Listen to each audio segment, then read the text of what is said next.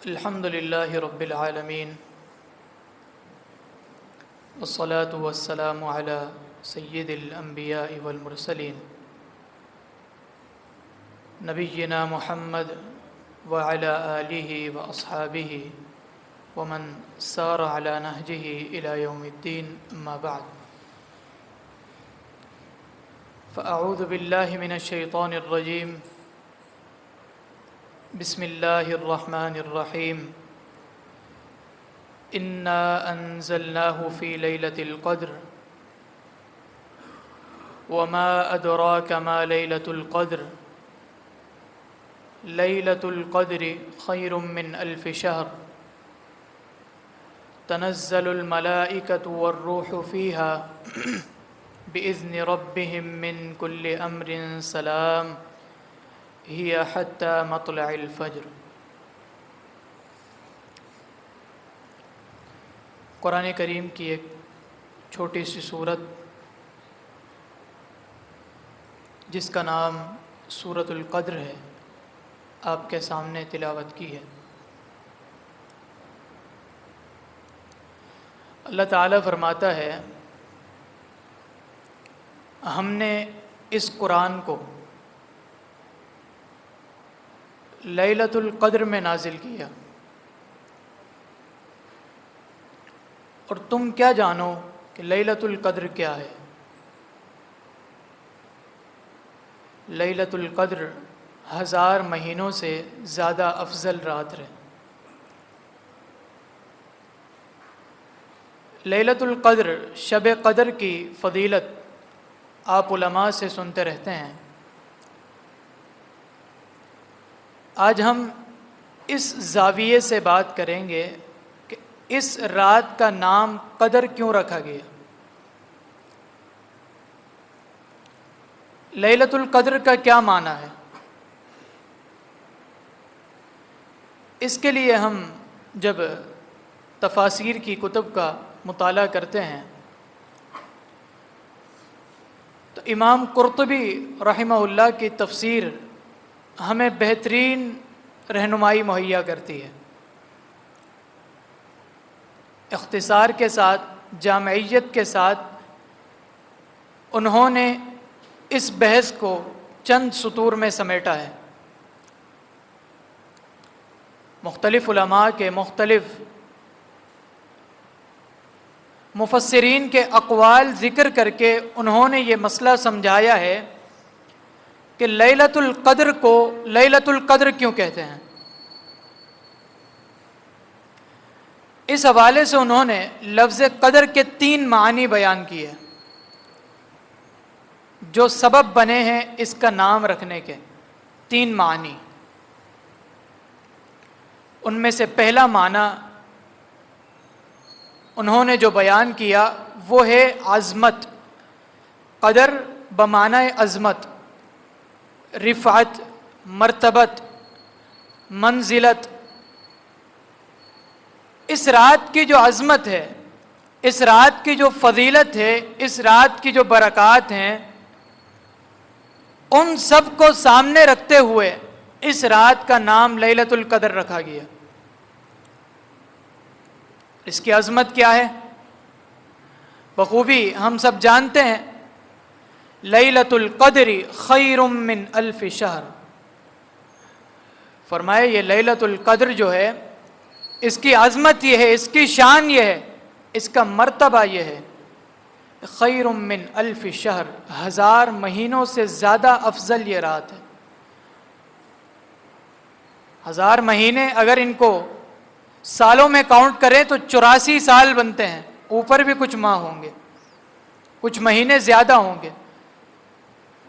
84 سال تک ایک بندہ اللہ تعالیٰ کی عبادت کرتا رہے، اللہ کے حضور جھکا رہے، اس کی عبادت ایک طرف اور اس ایک رات کی عبادت ایک طرف۔ فرمایا لیلۃ القدر خیر من الف شہر، یہ 1000 مہینوں سے زیادہ افضل رات۔ نبی علیہ الصلوۃ والسلام اس رات کو پانے کے لیے اعتکاف فرمایا کرتے تھے۔ آپ نے پہلے عشرے کا اعتکاف کیا، یہ رات نہ ملی دوسرے عشرے کا اعتکاف کیا، رات نہ ملی، اللہ تعالیٰ نے آپ کو اطلاع دی کہ یہ رات آخری عشرے میں ہے۔ سیدہ عائشہ فرماتی ہیں جب تک آپ زندہ رہے، جب تک آپ کی دنیاوی زندگی چل رہی تھی، اس وقت تک آپ رمضان المبارک کے آخری عشرے کا اعتکاف کرتے رہے، حتیٰ کہ دنیا سے چلے گئے۔ اس کی وجہ تھی کہ تمام دنیا سے تعلق توڑ کر اللہ تعالیٰ کے حضور، اللہ کے گھر میں حاضر ہو کر، خیمہ زن ہو کر اس رات کو تلاش کیا جائے۔ ایک بخشا ہوا نبی، سارے انبیاء کا سردار، اللہ تعالیٰ نے جس کو اولاد آدم کا سردار بنا دیا، وہ نبی بھی رمضان المبارک کا اعتکاف فرمایا کرتے کہ اس رات کو تلاش کیا جائے۔ کتنی عظمت والی رات ہوگی، کتنی فضیلت والی رات ہوگی، ایک عام عقل رکھنے والا انسان بھی اس بات کو سمجھ سکتا ہے۔ اس کی عظمت کے پیش نظر، اس کی رفعت، اس کی بلندی اور اس کے مرتبے کے پیش نظر اللہ تعالیٰ نے اس رات کا نام لیلۃ القدر رکھا۔ یہ علماء کا ایک قول ہے۔ اور دوسرا قول، دوسرا اس کا معنی ہوتا ہے لفظ قدر کا تنگی۔ قرآن کریم میں اللہ تعالیٰ فرماتا ہے وَمَنْ قُدِرَ عَلَيْهِ رِزْقُهُ فَلْيُنْفِقْ مِمَّا آتَاهُ اللَّهُ۔ ہر صاحب وسعت، ہر صاحب مال کو چاہیے کہ جو اللہ تعالیٰ نے اس کو مال دیا ہے اس میں سے اللہ کی راہ میں خرچ کرے۔ وَمَنْ قُدِرَ عَلَيْهِ رِزْقُهُ، جس پر اس کا رزق تنگ ہو گیا، اس کو کیا کرنا ہے؟ فَلْيُنْفِقْ مِمَّا آتَاهُ اللَّهُ، اسے چاہیے کہ جو کچھ اللہ نے اسے دیا ہے اس میں سے خرچ کرے۔ یہاں پر لفظ قدر مجہول کے صیغے کے ساتھ قدر، وَمَنْ قُدِرَ عَلَيْهِ رِزْقُهُ، جس کا رزق تنگ ہو گیا۔ لفظ قدر تنگی کے معنی میں بھی آتا ہے۔ اب یہ کیا معاملہ ہے؟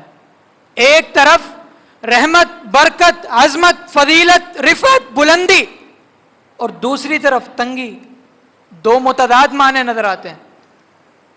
لیکن قربان جائیے مفسرین کے فہم پر، ان کی فراست پر، اللہ تعالیٰ نے کیا ان کو علم عطا کیا تھا، کس قدر باریکیوں سے قرآن کریم کی تفسیر بیان کرتے ہیں۔ وہ فرماتے ہیں لفظ قدر یہاں پر جو آیا ہے لیلۃ القدر میں، جس کا معنی تنگی ہے، اس کا مطلب یہ ہے تنزل الملائکۃ والروح فیہا باذن ربہم، اللہ تعالیٰ کے حکم سے، اللہ تعالیٰ کی مرضی سے آسمان سے اتنی تعداد میں زمین پر فرشتے اترتے ہیں کہ یہ زمین تنگ ہو جاتی ہے۔ اتنی تعداد میں آسمان سے فرشتے اترتے ہیں اللہ تعالیٰ کی رحمت کو لے کر، اللہ کی طرف سے مغفرت کو لے کر، اللہ کے اتنے فرشتے زمین پر اترتے ہیں کہ یہ زمین بھی تنگ ہو جاتی۔ وَمَنْ قُدِرَ عَلَيْهِ، جس کا رزق کم کر دیا گیا، لیلۃ القدر تنگی، کمی، زمین تنگ ہو جاتی ہے، زمین کم پڑ جاتی۔ اور کیا صرف فرشتے آتے ہیں؟ نہیں، وَالرُّوحُ فِيهَا، فرشتے تو آتے ہی آتے ہیں، کثیر تعداد میں آتے ہیں، ساتھ ہی ساتھ فرشتوں کے سردار جناب جبریل علیہ السلام، جن کو اللہ تعالیٰ نے روح القدس کہا، روح الامین کہا، وہ فرشتوں کے سردار بھی فرشتوں کو لے کر زمین پر آتے ہیں۔ اتنی عظیم رات ہے، اتنی عظمت والی رات ہے کہ اللہ تعالیٰ کے فرشتے اس رات میں اترتے ہیں اور اتنی تعداد میں کہ زمین تنگ ہو جاتی ہے۔ تو اس تنگی کو سامنے رکھتے ہوئے اس لفظ قدر کو اس رات کو نام دیا گیا، لیلۃ القدر، تنگی والی رات، اتنے فرشتے اترتے ہیں، زمین تنگ ہو جاتی ہے، لیلۃ القدر۔ یہ دو معنی ہو گئے۔ تیسرا معنی لفظ قدر کا جو امام قرطبی رحمہ اللہ نے ذکر کیا، وہ امام زہری رحمہ اللہ کے حوالے سے ہے، ان کا قول ہے کہ لفظ قدر کا ایک معنی ہے فیصلہ، حکم، اللہ تعالیٰ کا حکم، فیصلہ۔ تو اس فیصلے سے کیا مراد ہے؟ اس رات کا نام فیصلے کی رات کیوں رکھا گیا؟ اس کی کیا وجہ ہے؟ اس کی وجہ یہ ہے کہ اللہ تعالیٰ اس رات میں تمام سال کے امور کا فیصلہ فرماتا ہے۔ پورے سال میں جو بھی امور اللہ تعالیٰ فرشتوں کی ڈیوٹی لگاتا ہے انہوں نے سر انجام دینے ہیں، اس رات میں اللہ تعالیٰ ان کی تقسیم فرماتا ہے، ان کا فیصلہ فرماتا ہے۔ سورۃ الدخان میں اللہ تعالیٰ نے اس بات کا اشارہ کیا، انا انزلناہ فی لیلۃ مبارکہ، ہم نے اس قرآن کو لیلہ مبارکہ میں نازل کیا۔ انا کننا منذرین، آگے فرمایا فیہا یفرق کل ذی امر حکیم، کہ لیلہ مبارکہ میں قرآن نازل ہوا۔ لیلہ مبارکہ کی وضاحت کی جا رہی ہے، وہ کیا ہے؟ فرمایا ایسی رات ہے فیہا یفرق کل ذی امر حکیم، اللہ تعالی ہر حکمت بھرے فیصلے کو تقسیم فرماتا ہے اور فیصلہ فرماتا ہے اسی رات میں۔ اس رات میں فیصلہ ہوتا ہے انسان کو پورے سال کیا ملنا ہے، اس کا رزق، ایک سال کے پورے رزق کا اندازہ مقرر کیا جاتا ہے۔ لفظ قدر سے تقدیر بھی ہے نا، تقدیر جس پر ایمان لانا ایمانیات کا جزو ہے۔ ایمان بندے کا مکمل نہیں ہوتا جب تک کہ تقدیر پر ایمان نہ لائے، اور تقدیر کا بھی یہی معنی ہے کہ اللہ تعالیٰ نے تمام خلائق کے متعلق ایک اندازہ مقرر کر رکھا ہے، ان کی زندگی اس اندازے کے مطابق چلے گی۔ لفظ قدر سے تقدیر ہے، تو یہاں بھی قدر، اللہ تعالیٰ اس رات میں فیصلہ فرماتا ہے پورے سال بندے کو کیا ملے گا، پورے سال بندہ کس ڈگر پہ چلے گا، آیا معصیات کو اپنائے گا یا پھر اللہ تعالیٰ کی حضور نیکیاں کرے گا۔ اس رات میں اللہ فیصلہ فرماتا ہے۔ امام اکرمہ رحمہ اللہ ایک عظیم مفسر گزرے ہیں، ان کا قول بھی امام قرطبی نے ذکر کیا، بڑا عظیم قول ہے۔ فرمایا جہاں لکھا جاتا ہے رزق کے حوالے سے، جہاں لکھا جاتا ہے اور معاملات کے حوالے سے، اسی رات میں اللہ تعالیٰ یہ بھی لکھتا ہے کہ اس سال اللہ تعالیٰ کے حضور حج کے لیے کون حاضر ہوگا۔ تو اس رات جہاں ہم اور دعائیں کرتے ہیں اور اللہ تعالیٰ سے اپنی تمنائیں مانگتے ہیں، اس رات ہمیں یہ بھی مانگنا چاہیے کہ اللہ تعالیٰ تو اسی رات اپنے بندوں کے متعلق یہ لکھے گا کہ کون کون تیرے دربار میں حاضر ہو کر حج ادا کرے گا، اللہ ہمارا نام بھی ان میں شامل کر دے۔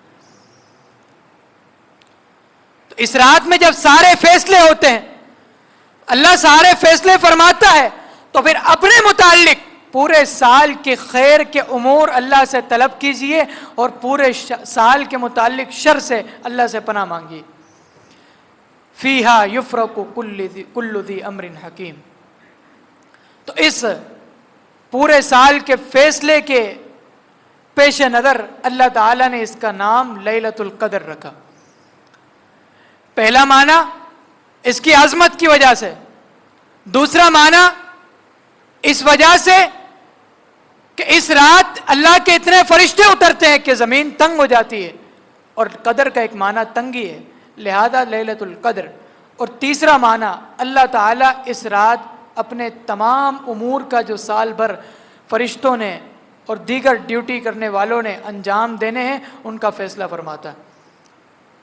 یہ تین معنی ہے اس لفظ قدر کے، ان کو سامنے رکھتے ہوئے کہ ایک عظمت والی رات ہے اللہ نے عطا کر دی، تو اس رات کی عبادت کا حق ادا کرنا ہے۔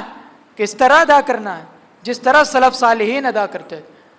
سلف صالحین کے بارے میں علماء نے لکھا ہے کہ اس رات جو جتنی بھی رمضان کی طاق راتیں ہیں، آخری عشرے کی یہ 5 راتیں، ان میں باقاعدہ اہتمام کے ساتھ غسل فرمایا کرتے تھے۔ غسل فرما کر، خوشبو لگا کر، صاف ستھرے عمدہ لباس پہن کر اللہ تعالیٰ کے حضور حاضر ہو کر عبادت کیا کرتے تھے۔ تو ان راتوں کا یہ تقاضا ہے کہ ہم غسل کر کے، صاف ستھرے ہو کے، عطر لگا کر، اچھے اور عمدہ لباس پہن کر اللہ تعالیٰ کے حضور حاضر ہو کر اس کی عبادت کریں۔ کیوں؟ کیونکہ یہ عظمت والی رات ہے۔ اس رات میں ہم نے خوب دعائیں کرنی ہیں۔ دعائیں کیوں کرنی ہیں؟ کیونکہ اس رات اللہ تعالیٰ فیصلے فرماتا ہے، اور اس رات کی عظمت کو سمجھ کر، اس کی برکت کو سمجھ کر کہ اللہ تعالیٰ کے فرشتے اس میں اترتے ہیں رحمتوں کو لے کر، تو پھر خوب اللہ تعالیٰ سے اس کی رحمتوں کا سوال کرنا، یہ اس رات کا مقصد ہے۔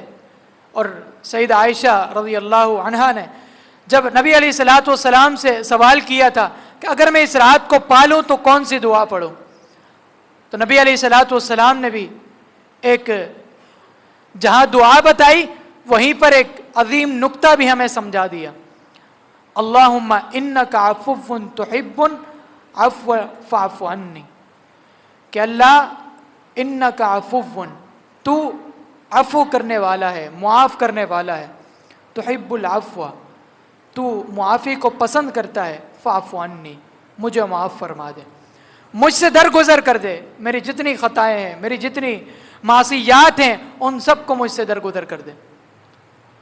تو نبی علیہ الصلوۃ والسلام نے جہاں یہ دعا سمجھائی، دعا سکھائی، وہیں پر ایک نقطہ بھی سمجھا دیا کہ اللہ تعالیٰ کی طرف سے مغفرت کی رات ہے، بخشش کی رات ہے، اس رات کو اپنے گناہوں کی بخشش طلب کر لو۔ اس رات کی دعا ہی ایک بتائی کہ اس رات کو یہی دعا کرنی ہے کہ اللہ تو درگزر فرما، اللہ تو معاف فرما۔ تو اس رات کا یہ بھی ایک مقصد ہے کہ ہم اپنے گناہوں کی بخشش طلب کریں اللہ سے۔ ان سارے امور کو سامنے رکھ کر، اس رات کی عظمت کو سامنے رکھ کر، اس رات کا یہ تقاضا ہمیں پتہ چلتا ہے کہ اس کو کسی صورت، اس کا کوئی ایک لمحہ بھی ہم نے ضائع نہیں کرنا، نہ آپس کی خوش گپیوں میں، نہ باہر گھومنے میں، نہ پھر اور دیگر مصروفیات میں، بلکہ تمام مصروفیات کو چھوڑ کر اللہ تعالیٰ کے حضور حاضر ہو کر، یا اپنے گھروں میں یا اللہ تعالیٰ کے ان گھروں میں اللہ تعالیٰ کے حضور خوب نیکیاں کرنی ہیں، اللہ تعالیٰ کے حضور خوب دعائیں کرنی ہیں۔ اللہ تعالیٰ عمل کی توفیق عطا فرمائے۔